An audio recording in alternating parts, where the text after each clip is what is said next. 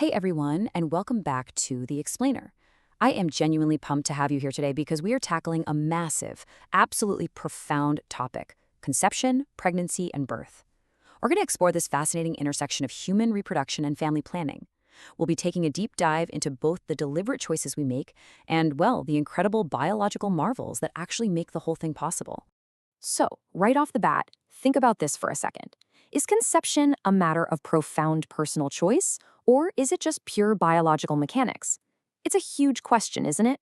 Today, we're going on a journey, starting from the complex psychology of human decision making and zooming all the way down to microscopic cellular biology to figure it out. Okay, let's dive into our roadmap.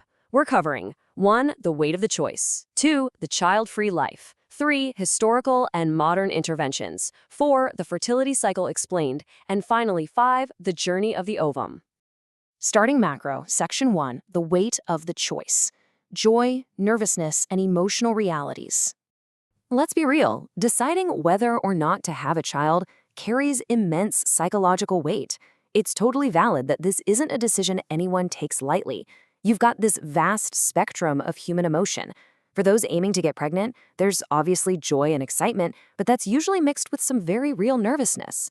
But, we also have to acknowledge the heavy emotional realities. The loss of a pregnancy is an incredibly difficult, painful event. Then you have the issue of abortion, which, as we know, ignites incredibly high emotions, both personally and politically. And for folks who really desire children, infertility can cause a whole host of negative emotions. Though, thankfully, there are a lot of assisted reproductive solutions out there today. Let's shift gears a bit. Section 2, the child-free life. A growing societal decision. Get a load of this number, 7.4%. That is the percentage of women of childbearing age in the United States who currently define themselves as voluntarily childless, or as many prefer, child-free. They're entirely comfortable living lives that don't include parenting. That is a significant portion of the population making a highly deliberate life choice, and it really grounds this growing sociological trend.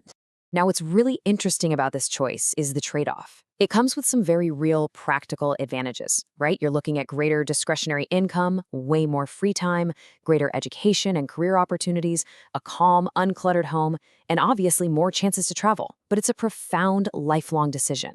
We have to impartially look at the flip side, the potential societal and emotional drawbacks. Things like potential feelings of loneliness, facing negative judgment from others, lacking that feeling of being needed by a child, and potentially having less support from grown children as you age. It's a massive balancing act. Moving on to Section 3, historical and modern interventions, taking control of the process. It's wild to think about, but humans have constantly tried to intervene in the childbirth process to make it safer or less painful. Look at this era, the mid-19th century. In the grand timeline of human history, that is incredibly recent. Before this, medical pain control practically didn't exist for birth. It was the introduction of general anesthesia, things like ether and chloroform, that literally kicked off the era of pain management. It completely revolutionized the physical experience of bringing life into the world. Now, fast forward to today's assisted reproductive technology. The level of intervention has become incredibly precise.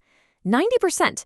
Researchers have actually developed lab techniques that separate X and Y-bearing sperm cells, allowing parents to choose the sex of their child before pregnancy. It's not 100% perfect, but it boasts a 90% success rate for producing female babies and about 80% for males.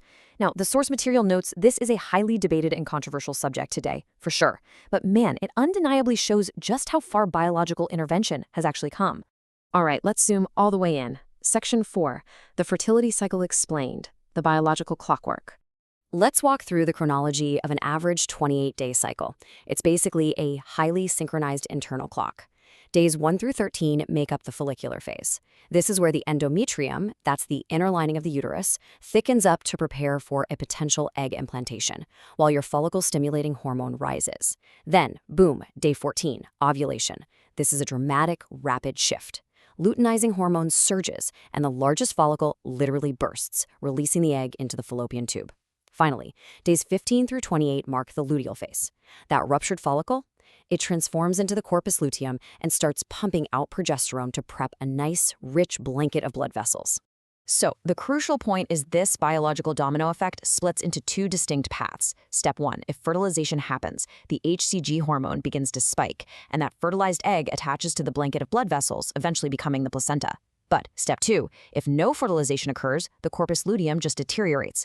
Estrogen and progesterone drop sharply, the lining sheds, and the whole biological clock resets to day 1. Which brings us to our final stop, Section 5, the journey of the ovum, a microscopic countdown. The human egg is an absolute mathematical marvel. Check this out. When a female is born, her ovaries already hold 1 to 2 million immature eggs, oocytes. By the time puberty hits, that number is naturally dropped to around 400,000. But here is the truly mind-blowing part. Throughout a female's entire 35 to 40-year fertile window, only 400 to 500 mature ova are actually released. That's roughly 1 a month. Talk about a dramatic countdown. It really emphasizes just how incredibly finite and selective the human fertile window truly is. And you know, this microscopic journey isn't just random chance. It's a highly choreographed chemical dance. As the cycle begins, the pituitary gland secretes that follicle-stimulating hormone, or FSH. This exact signal triggers those ovum-containing follicles to release estradiol. These precise hormonal triggers run the entire show, which brilliantly illustrates the sheer complexity of our internal biology. Which leaves us with this final, provocative question. After seeing this incredible journey today, what do you think shapes the human experience more? Is it the exact, intricate biological mechanics we're born with, or is it those deeply personal psychological choices we make about family planning?